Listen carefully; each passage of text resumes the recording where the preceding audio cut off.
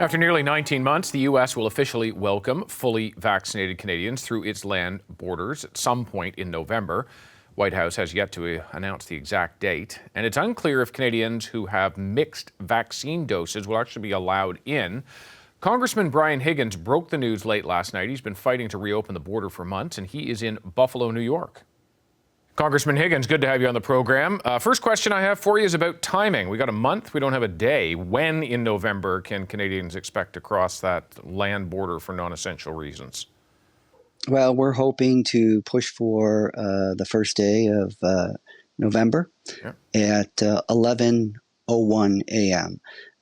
This is very good news, but it's months too late. And both economies of Canada and the United States have been hurt by this closing for no good reason. That said, we will make of it what we will, and we are hopeful that there are still issues to be ironed out, like those in Canada who have received the mixed vaccine, getting the World Health Organization authorization to be applied to this situation as well. Okay, so a bunch of things to talk about there, but you talk about there's no good reason. What was the reason? Why did it take so long? That's never been fully expressed by the administration. All of us, had been told to follow the science. We are following the science, and when you follow the science, it points to one clear, compelling conclusion, and that is open the border.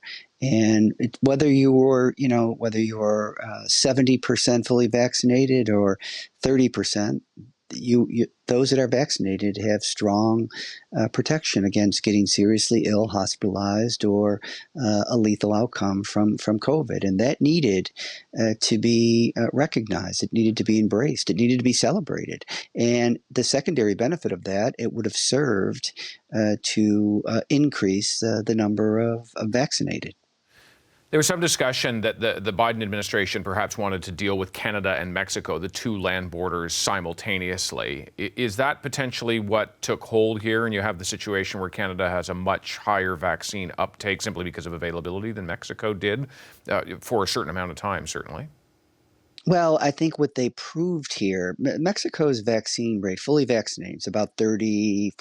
Mm. Canada is about 74%, 74%. They just made the argument that we should have opened these borders earlier because of the disparity amongst those, the percentage of the population that are fully vaccinated. It doesn't matter. That 36% or 34% in Mexico, they have strong immunity. So, that being the case, that's the best argument that this border, the U.S.-Canadian border, should have been opened months ago. That said, we need to, as I said, make the most of this. And I'm very happy that the border is opening. But we have to get back to a semblance of normalcy. Mm-hmm. And there are a number of issues. The United States is not requiring the Canadians coming into our country, into the States, get tested. The fully vaccinated Canadians. That's right. Fully vaccinated Canadians get tested.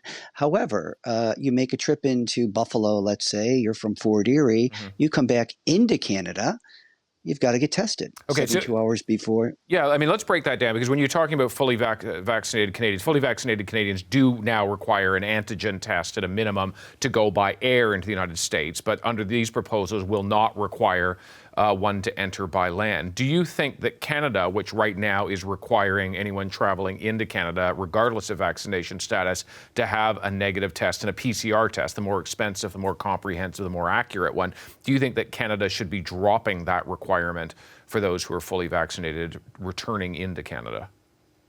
I do, and I think it's redundant. I've said that consistently. If you are vaccinated and you can certify, you can prove that you're vaccinated, that should be enough. Mm-hmm. And the concern is that, look, we're all economic actors. When we're confident, we move. When we're not, we don't.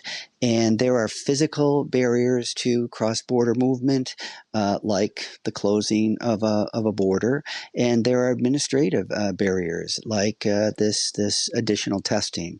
But these are issues that we're going to have to work out over the next couple couple of weeks, but I just want to maximize the benefit to both countries of this opening, and not, continue to give people headaches about, all of the obstacles and the rules and the conflicting rules. It's just, it does a disservice to the people that these things are supposed to benefit. Okay, you have certainly highlighted the number of people who have, Canadians in particular, who have relatives on the U.S. side of the border. This now removes the last obstacle for them to be able to travel by road over the border, over the land border, to visit that family. It's also going to be, I'm sure, something that will be welcomed by the many snowbirds who spend time in the United States every single winter, if this is happening at some point. We don't know when in November.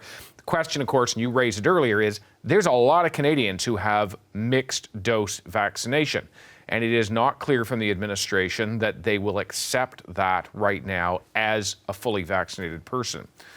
So what can we expect? What can Canadians who, say, got AstraZeneca as the first, or Moderna and Pfizer as the second, what can we expect will take place? What is the timeline for some sort of decision on that? I think quickly, and I think there needs to be a recognition. The World Health Organization has authorized these mixed vaccines that a lot of Canadian citizens have under emergency use. And the United States is the largest contributor to the World Health Organization. The World Health Organization is a rigorous institution that does not, approve things lightly.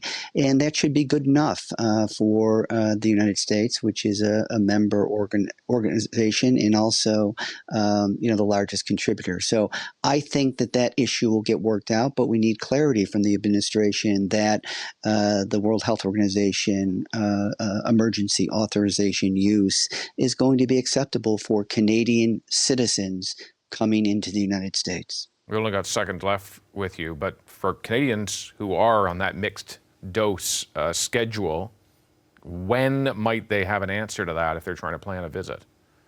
I think very quickly, and I have written to the Centers for Disease Control and Prevention, as well as the Department of Homeland Security Secretary, to get this issue resolved, because good information will be helpful to our Canadian neighbors relative to their future plans to travel into the United States. So while this is, again, a very positive step, there's still issues that need clarification, and I have an obligation to get the U.S. government to communicate those responses to those issues very quickly.